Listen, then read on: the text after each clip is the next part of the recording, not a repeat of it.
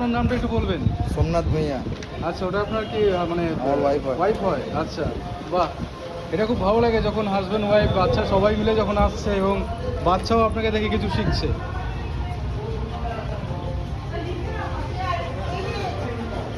বাবু, বাবা রক্ত দিচ্ছে, ভয় লাগছে তোমার?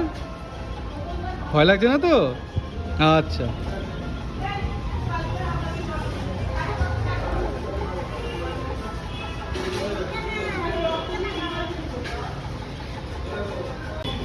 তুই রক্ত দিবি না তো? হ্যাঁ, কে হয়, মা হয়? দিদি, আপনি কি প্রথমবার? আচ্ছা, কোথায় থাকেন, কোথায়? সামনেই বাড়ি, এখানেই বাড়ি। আচ্ছা, আপনার নাম বলবেন একটু? বনশ্রী ভূঁইয়া। আচ্ছা আচ্ছা, ভাই তুমি?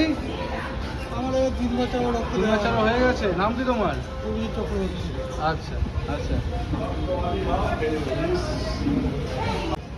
মায়ের মন্দিরে রক্তদান করতে এসেছেন, কেমন লাগছে? ভালো লাগছে। আচ্ছা, এটা কততম দিচ্ছেন মনে আছে? খেয়াল নেই, আগে অনেকবার দিয়েছি, মাঝখানে কিছুদিন দিইনি।